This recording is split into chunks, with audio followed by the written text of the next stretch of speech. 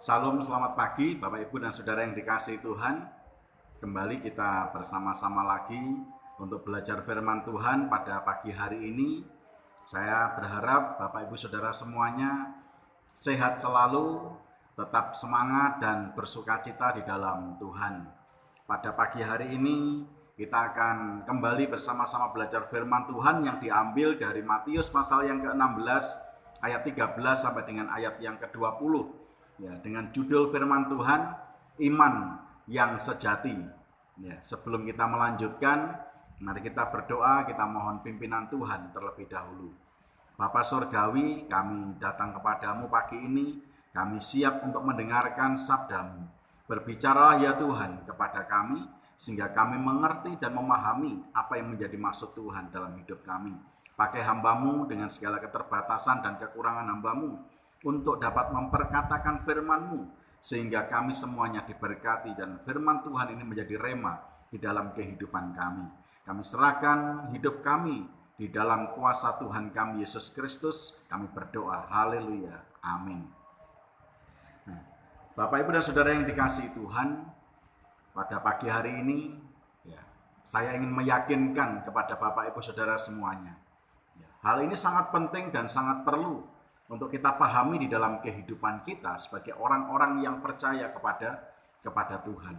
Apakah Bapak Ibu Saudara semuanya yakin bahwa Yesus itu adalah Mesias, Tuhan dan Juru Selamat, Allah yang menjelma menjadi manusia, yang mati tergantung di kayu salib, menebus dosa Bapak Ibu Saudara dan saya. Sehingga dia menjadi Mesias di dalam kehidupan kita yang menyelamatkan kita. Apakah Bapak, Ibu, Saudara sekalian sungguh-sungguh yakin Yesus adalah Mesias bagi panjenengan secara pribadi? Jika panjenengan semuanya meyakini itu, yakin, seyakin-yakinnya bahwa Yesus adalah Mesias, ada satu pertanyaan lagi untuk saudara. Apakah Anda sungguh-sungguh yakin bahwa Anda diselamatkan oleh Tuhan? Dengan tepatnya, lebih tepatnya demikian. Kalau Bapak Ibu Saudara semuanya percaya bahwa Yesus adalah Mesias, Tuhan dan Juru Selamat secara pribadi, apakah Bapak Ibu Saudara semuanya yakin dengan keselamatan Bapak Ibu Saudara semuanya? Kalau seandainya hari ini juga Tuhan panggil kita, apakah kita akan mengatakan terima kasih Tuhan, akhirnya aku bisa bersama-sama dengan Engkau? Keyakinan ini adalah iman yang kita miliki di dalam kehidupan kita. Ini adalah iman yang dianugerahkan Tuhan kepada kita.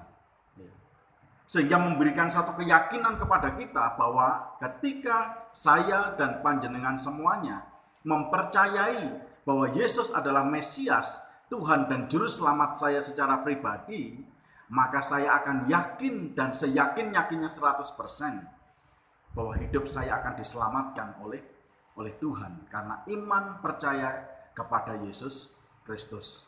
Nah, jika kita memiliki iman yang demikian, yang yakin hidup saya ini sudah di tangan Tuhan dan saya akan diselamatkan oleh Tuhan, dan kalaupun hari ini saya akan dipanggil Tuhan, kita bisa mengatakan hari ini juga seperti penjahat yang berada di sebelah kanan kirinya Yesus pada waktu disalibkan, hari ini juga kita akan bersama-sama dengan Bapa di Firdaus.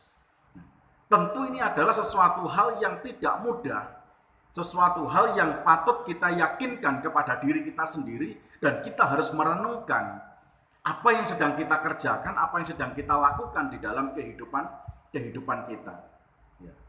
Rasul Paulus di dalam Filipi pasal yang pertama, dia mengatakan adalah lebih baik bagiku jikalau aku mati. Karena itu membawa suatu keuntungan di dalam kehidupan Rasul Paulus. Keuntungannya apa? Yaitu ketika dia mati pada saat ini, dia akan bersama-sama dengan Kristus. Dia akan tinggal bersama dengan Kristus, dan itu menjadi suatu keuntungan yang luar biasa karena dia dibebaskan dari dunia yang dipenuhi dengan dosa. Dia menikmati kemuliaan Allah, dia menikmati berkat-berkat sorgawi oleh iman dan percayanya kepada Kristus. Dia mau meyakini hal itu, dia lebih senang akan hal itu, ya, oleh karena dia percaya dengan sungguh-sungguh bahwa Kristus yang menangkap dia adalah Kristus yang menjadi juru selamat bagi dia, yang telah menebus dosanya, mengampuni dia, dan yang memberikan hidup yang kekal sebagai jaminannya kepada dia. Ya. Apakah kita memiliki keyakinan ini di dalam kehidupan kita? Ya. Ini patut kita ragukan. Karena apa? Kita ini takut dengan kematian. Ya. Sungguh kita ini sedang mengalami ketakutan yang luar biasa dengan kematian. Ya. Saya tidak sedang berusaha mengajak Bapak Ibu Saudara semuanya untuk menentang pemerintah berkenaan dengan pandemi yang ada pada saat ini. Tetapi saya mau yakinkan iman Bapak Ibu Saudara semuanya bahwa sesungguhnya yang terjadi dalam kehidupan kita semuanya, banyak orang Kristen yang lebih takut akan kematiannya karena mereka tidak berani datang ke gereja. Korelasinya apa? Hubungannya apa? Ya. Mari kita perhatikan dengan baik-baik. Ya. Kalau kita meyakini bahwa hidup kita, ya, banyak orang Kristen mengatakan pejah gesang derek Gusti, mati urip kula ning tangan Gusti Allah. Kalau hari ini saya mati, oleh iman percaya saya di dalam Kristus, saya akan bersama-sama dengan dia di dalam kerajaan surga. Kalau saya sungguh-sungguh percaya kepada Yesus, apapun yang terjadi dengan hidup saya, mau mati mau apapun, saya akan menikmati kekekalan bersama dengan Bapa di surga. Ya. Tetapi ironisnya yang terjadi apa? Ya. Kita ini kalau disuruh beribadah ke gereja untuk saat-saat pandemi ini, kita banyak sekali beralasan. Takut Pak, nanti kalau di gereja, nanti takutnya ini nanti menjadi tempat penyebaran, jadi klaster. Ya. Wong di gereja ini juga kita ini sedang mempersiapkan semuanya dengan baik. Jaga jarak, kita juga ikuti protokol pemerintah dengan baik, dengan benar. Ya. Kita persiapkan sebaik-baiknya dengan kondisi yang aman. Ya. Selama kita tidak melawan, selama kita tidak bertentangan dengan hal itu, selama kita tidak melanggar apa yang sudah ditetapkan bagi kita, yakin tidak akan terjadi apapun. Ya. Iman kita diuji di sini. Ya. Kita beralasan, anak saya masih kecil Pak. Kita mungkin juga beralasan, wah saya ini sudah tua. Ya. Kondisi saya juga kurang sehat. Tetapi mari kita melihat ada banyak peristiwa-peristiwa iman yang luar biasa. Kanker yang mematikan, itu jauh lebih mematikan dibandingkan dengan virus corona. Jumlah kematiannya pasti lebih besar dan setiap hari akan ada jumlah ribuan orang yang meninggal karena kanker. Dan salah satu di antara kita bisa melihat, ya, sahabat kita, saudara kita, seiman yang ada di gereja Baptis Karunia, ya, melawan kanker ganas. Sampai hari ini Tuhan memberikan hidupnya. Jikalau memang, ya, virus ini yang menjadi sumber kematian, ya, tentu itu pasti sekehendak Tuhan. Tetapi mari kita melihat, ya, hidup dan mati kita, ya, bahkan kematian itu tidak ditentukan oleh satu penyakit saja. Tidak ditentukan oleh virus corona saja. Ya. Tetapi semuanya bisa menjadi tempat kematian bagi kita. Saat kita ini sedang berkhotbah, pada saat kita ini mungkin sedang bernyanyi, mungkin pada saat kita ini sedang bersenang-senang, mungkin pada saat kita sedang berjalan, bahkan saat kita tidur, saat mandi, saat kita beraktivitas, bekerja apapun. Ya. Jika Tuhan menghendaki kita mati, saat itu juga kita akan mati. Tetapi ada satu hal yang harus kita yakinkan. Kapanpun Tuhan panggil saya akan bersama-sama dengan Bapa di Firdaus. Ya. Kalau hal ini terjadi dalam kehidupan kita, itu akan membawa iman kita ini hidup yang sejati di dalam Kristus. Ya. Saya mau tanya kepada Bapak Ibu Saudara semuanya. Kalau Bapak Ibu Saudara semuanya tidak berani datang ke gereja, Mari dengarkan percakapan dari seorang dokter yang ada di rumah sakit, ya, yang ada di Jawa Timur. Dia bertanya kepada anaknya, dia bertanya kepada rekan-rekannya, ya, dia mengatakan, kamu seharian beraktivitas di luar rumah berapa jam? Ya. Dia mengatakan, saya bekerja sehari, ya, sambil jalan-jalan, sambil main, ya, ketemu dengan teman-teman, itu kira-kira 10 jam, ya, satu hari. Kemudian dokter ini bertanya, kamu takut enggak melakukan itu? Enggak. Ya. Kenapa kamu enggak takut? Dia mengatakan, aku kerja kan dapat gaji, ya, sehingga dia tidak takut. Ya. Kemudian dokter ini bertanya, kenapa kamu tidak datang beribadah pada hari Minggu? Dia mengatakan, saya takut. Takutnya kenapa? Saya takut dimarahi. Bukankah ini sesuatu hal yang ironis? Sepertinya percakapan ini sederhana. Dia beraktivitas di luar rumah, bertemu dengan banyak orang, dengan, ya, mungkin tidak tahu dengan bersentuhan dengan siapa. Ya. Apa yang dilakukan di luar sana, apakah bersih atau tidak, apakah dia sungguh-sungguh menjaga dirinya dengan baik, menjaga jarak atau tidak, dia sedang berada dalam kerumunan atau tidak. Ya. Tetapi dia tidak takut sama sekali untuk melakukan semuanya itu. Di rumah bertemu dengan anaknya, di rumah bertemu dengan istrinya. Ya. Tetapi datang ke gereja, menghampiri rumah Tuhan, untuk menyembah Allah, untuk beribadah kepada Tuhan, mereka mengalami ketakutan yang luar biasa. Takut dimarahi pemerintah. Ya, kalau sudah diizinkan selama kita ini tidak melanggar protokolnya yang sudah ditetapkan oleh pemerintah, saya yakin tidak akan ada masalah apapun. Tidak perlu takut untuk melakukannya. Nah, Bapak, Ibu, dan Saudara yang dikasihi Tuhan, ya, kembali kepada pembahasan kita iman yang sejati ini. Petrus adalah pribadi yang berproses luar biasa dengan Yesus. Orang yang tadinya tidak mengenal Yesus itu siapa? Dia menjadi pengikutnya. Kemudian dia mulai meragukan Yesus pada waktu Yesus mengajak dia menghampiri di dalam perahu pada waktu menyeberang ke danau. Ya. Ketika meragukan Yesus, dia tenggelam. Ya. Dia jatuh. Kemudian dia dipulihkan oleh Tuhan. Sehingga yang terjadi dalam pasal yang ke-16 ini, dia memiliki satu keyakinan iman yang kuat. Dia mengatakan, ini sebagai satu pengakuan yang dia miliki, iman di dalam Yesus. Ayat yang ke-16 dia mengatakan, engkau adalah Mesias, anak Allah yang hidup. Ya. Ini memberikan satu pemahaman konsep tentang keimanan yang benar di dalam Kristus, ya, yang timbul bukan dari hatinya sendiri, tetapi oleh dorongan kuasa Allah yang dianugerahkannya kepada Petrus. Sehingga dia bisa mengatakan, engkau adalah Mesias, anak Allah yang hidup.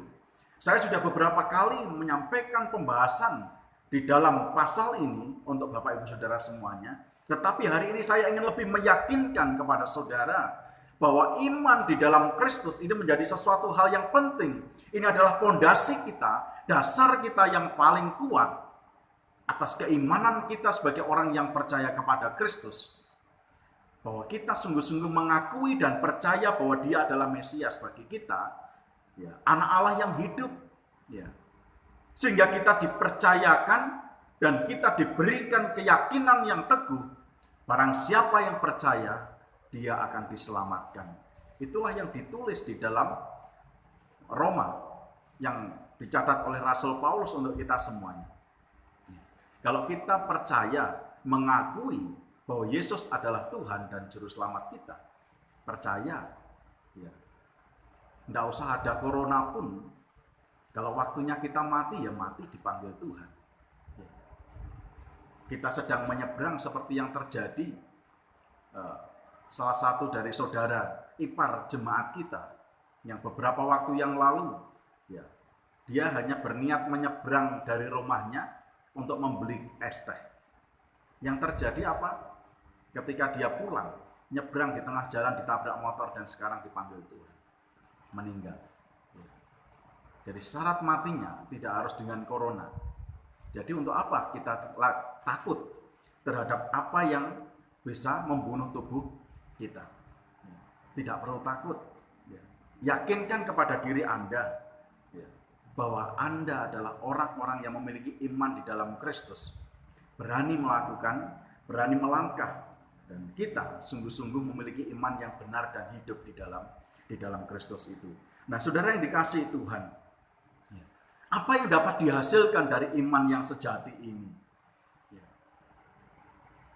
Yesus mengatakan, berbahagialah engkau Simon, ayat yang ke-17. Berbahagialah engkau Simon, sebab bukan manusia yang mengatakan hal itu, tetapi Bapa yang di surga. Kalau kita mempunyai iman, berbahagialah. Mengapa kita dikatakan berbahagia?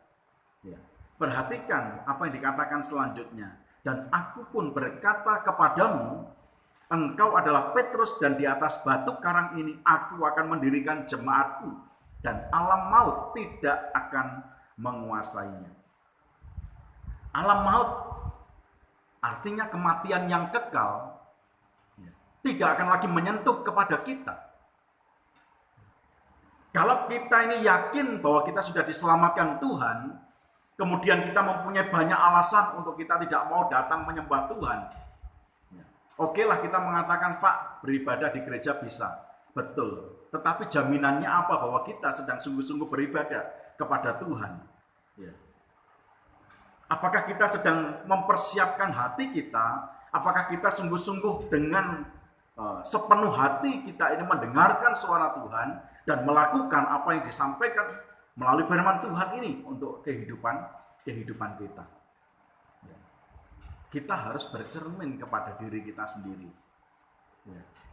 Lihat, Tuhan anugerahkan itu. Tuhan berikan iman yang sejati kepada kita. Alam maut tidak akan pernah menyentuh kita. Yakin berarti bahwa ketika kita ini percaya dengan sungguh-sungguh kepada Yesus yang adalah Mesias, anak Allah yang hidup itu, maka kita akan beroleh hidup yang kekal. Kalau kita memperhatikan di dalam pasal yang sama ini, ayat yang ke-25, karena barang siapa mau menyelamatkan nyawanya, ia akan kehilangan nyawanya. Tetapi barang siapa kehilangan nyawanya karena aku, ia akan memperolehnya. Ini berbicara memang tentang penderitaan di akhir zaman.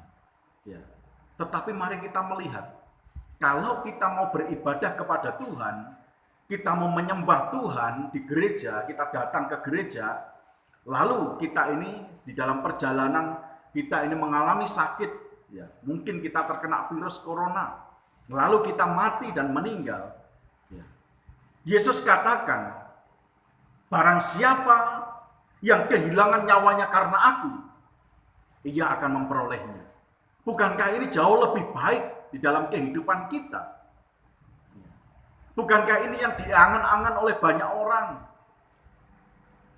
Mereka lebih suka, lebih baik bagiku mati di dalam Kristus, dan aku akan menikmati kemuliaannya, aku akan menikmati semua kebaikan dan kemurahannya seumur hidupku.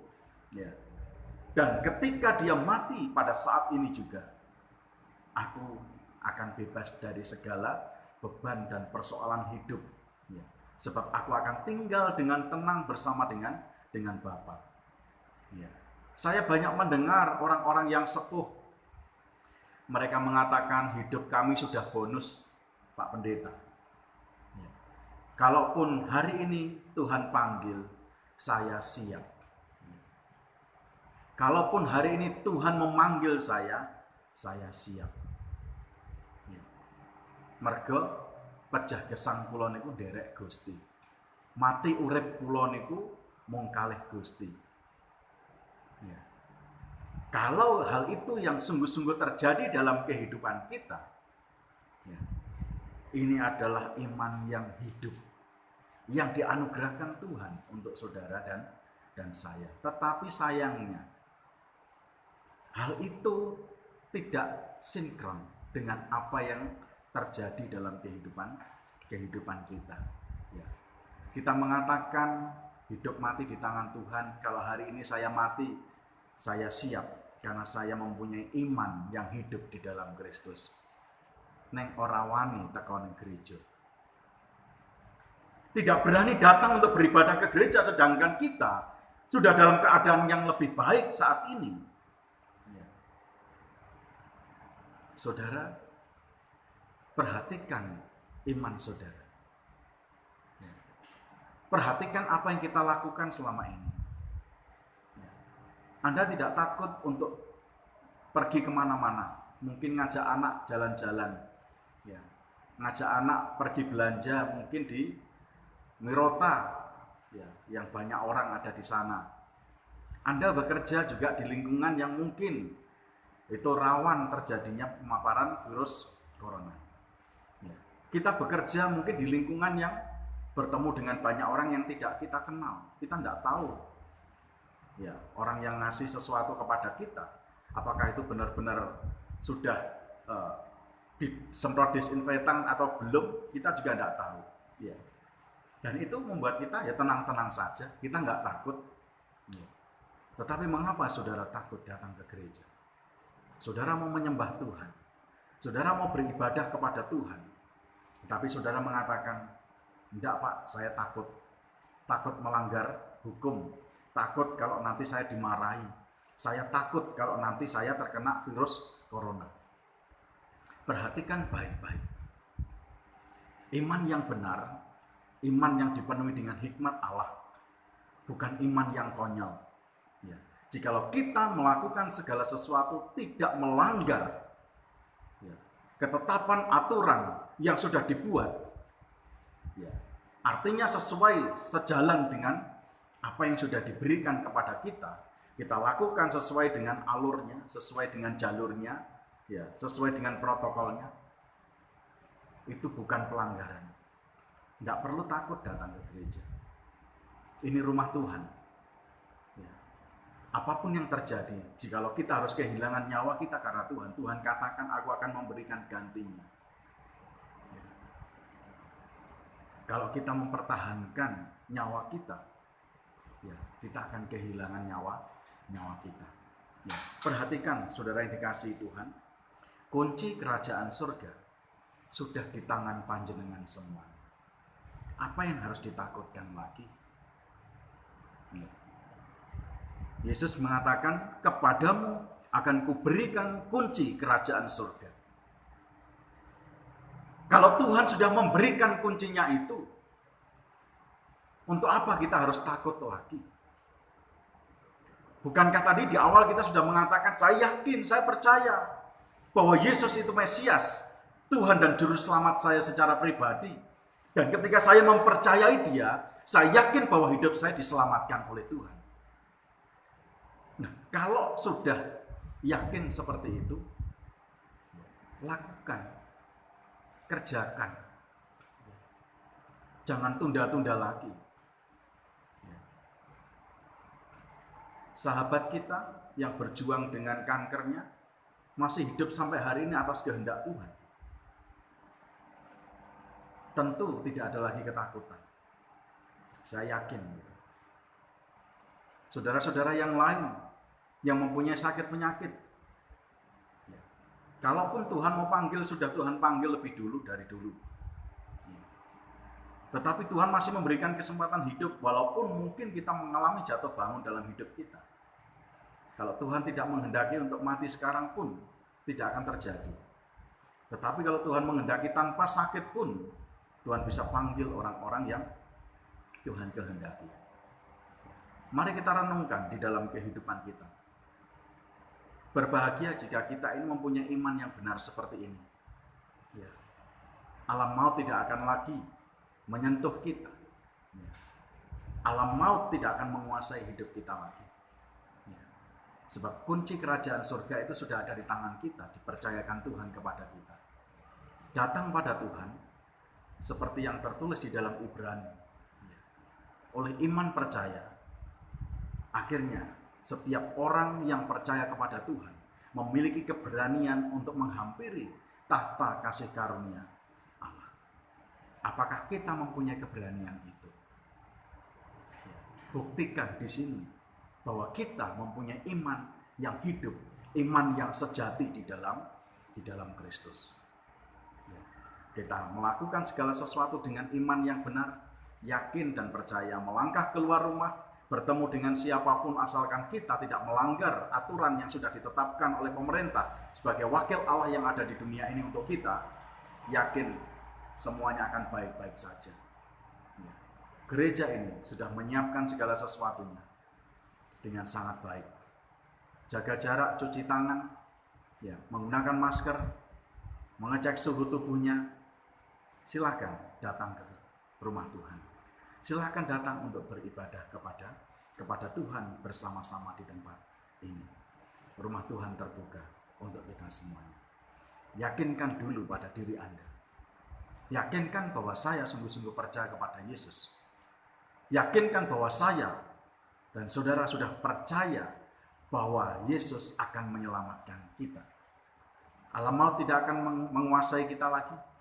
Sebab kita beroleh kunci kerajaan surga untuk kita tinggal bersama-sama dengan Allah yang akan menjemput kita nanti. Kiranya Tuhan memberkati kita melalui firman Tuhan ini. Dan kiranya Bapak Ibu Saudara semuanya semakin dimantapkan imannya di dalam Yesus Kristus. Tuhan memberkati. Mari kita berdoa. Bapa, kami bersyukur karena Engkau sudah mengingatkan kami. Dan kiranya kami Tuhan memiliki keberanian untuk kami mau beribadah. Tidak lagi memakai alasan apapun Tuhan. Sebab kami di luar sana pun kami sudah melakukan banyak hal. Bertemu dengan orang lain yang tidak kami kenal sekalipun. Kami beraktivitas di luar rumah dengan tenang. Kami bekerja dan melakukan segala pekerjaan kami, bertemu dengan banyak orang pun kami juga dengan tenang. Hari ini Tuhan, kami mau Tuhan memulai dengan komitmen yang baru. Kami akan tetap setia kepada Tuhan, beribadah kepada Tuhan. Apapun yang terjadi, sekalipun nyawa kami menjadi taruhannya, kami percaya bahwa Tuhan akan memberikan hidup yang baru, hidup yang kekal di dalam Kristus Yesus. Terima kasih Tuhan. Kami bersyukur karena Engkau telah menegur kami, mengingatkan kami dan menasihati kami agar kami sungguh-sungguh hidup dalam iman yang sejati di dalam Kristus. Dalam nama Tuhan Yesus kami berdoa dan bersyukur. Amin.